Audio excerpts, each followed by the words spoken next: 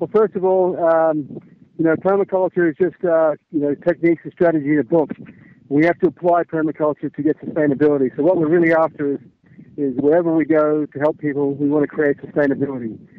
Unfortunately, with aid, traditional aid, it doesn't create sustainability, it creates dependence. And so if we're to help people with using permaculture, we have to recognize that some way actually create dependence. We have to move away from those ways and create, a new day, not the same old thing. So in East Timor, I had to kind of learn on the job. You can't really go to a school and learn how to do aid at the moment. There's lots of universities that are pushing that line, but the reality is you learn a lot in the field.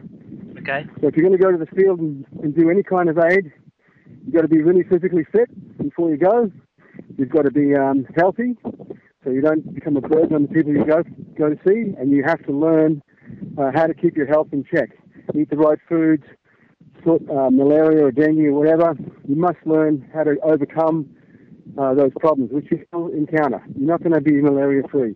You're not going to be disease-free. You're not going to be accident-free. If you hurt yourself in those places or get sick, you're going to become a burden on the people who are already burdened. The next thing is security. You've got to make sure when you get there, you're secure. If you're in a bunch of white fellas with, the latest backpacks, cameras, and all that sort of stuff, and you're living with a bunch of people in poverty, you're going to be the target for thieves. You're going to be the target for just people who are desperate for food or anything, right? And there's also, in these places, there's also a lot of criminals, people who are wolves, not sheep. So you have to be able to deal with them. If there's a military conflict on, or a peace mission, which is normally a conflict anyway, you have lots of military from all over the world, and they can cause their own problems. You need someone with you who can read the situation and move accordingly.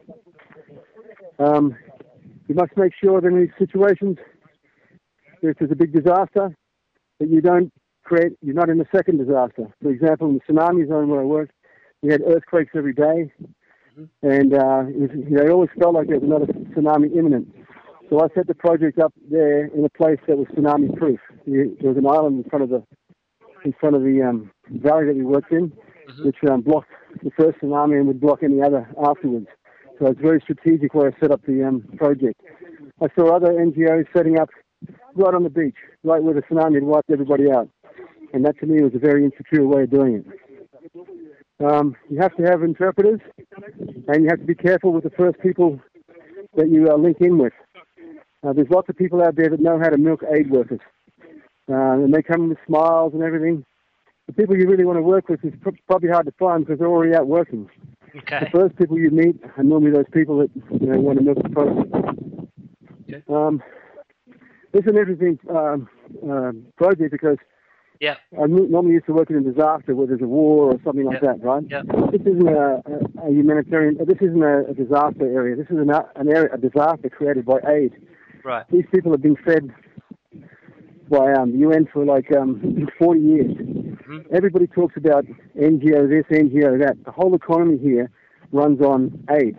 Mm-hmm. It's an aid-dependent thing. They're like drug addicts waiting for the next fix. Mm-hmm. So I've been given the task of designing the programs that will take them off aid and into self-sufficiency and create new businesses and all that sort of thing. Wow. Right in the middle of this, we have cattle wars going on. We're right near the Sudan border, so a lot of weapons are getting exchanged for cattle. So these guys want to steal each other's cattle. They got the latest in weapons, and they use it. Just the other day, they had a big dust up here where they shot up 40 local soldiers, and then the army called in gunships. That's how they sorted out the problem. So the army doesn't really want to do that. It's kind of like genocide. Mm. But I think it's the lack of food here that creates this kind of, like a skinny dog fighting over the last bit of meat. Mm-hmm. So one of the things I'm looking at here is village gardens. I'm looking at changing the water pump system into we're putting diesel or petrol pumps on the hand pumps and pumping to small tanks made out of local bricks. They make their own bricks here, bake them. Mm-hmm. So we can spread the water around the village instead of the women having to carry on jerry cans. We're looking at systems to feed the cattle better. They have a lot of problems here with parasites in their cattle. They're introducing wormwood and several other herbs for the to improve the cattle's health. We're looking at better living centres for personal security. They're worried about people raiding them, and we just spoke about that today, how the replant systems would make it difficult for other people to steal cattle from them. And one village we just went to, it's just a small little village that's got a school. They've got 1,600 children go to that school, and there's only like 5 small buildings. Wow. So we have a huge lot of children as a resource, and we intend to put nurseries in those schools and demonstration gardens. Okay. The demonstration gardens will also act as seed banks. There's one big problem with Uganda and a lot of countries in the third world is they've just about killed off all the open pollinated varieties in favour of this crap you buy at the agriculture shop. And we've all done experiments with them. We grow these hybrid seeds. The next generation's half the size. The next generation again doesn't even have seed in it. So the local people have forgotten how to seed save, and they don't have any local seeds. Okay. And I must say this place is very dry. It kind of looks like the back of Rockhampton on a bad summer. Yeah. There's lots of little jaggedy mountains sticking up. Yeah. It looks very much like Australia. Yeah. They burn off a lot, so the scrub on the hills is very low and scrubby, and all the roads are dirt. And right through the middle of the villages, they've got these massive semis go through that have been delivering food aid and just cover everybody with dirt. Yeah. I'm pretty hungry at the moment because I'm only able to get one meal a day out of the resources that are here. Yeah. I've just planted a big garden, so I'm hoping the next 3 months I can survive until it grows. Okay. But I can lose a few pounds anyway. Yeah, right. Okay. Good place for a diet if anybody's fat and wants to lose some weight. I wonder, what would you say to, I just wanted to jump to the next question. What would you say to people that were thinking about getting involved in doing permaculture relief and aid work? Okay, I would say this. The permaculture is not aid work, right? Permaculture is, you learn that in your 2-week course. Yep. We really need in permaculture to change things so that we can train people before they go.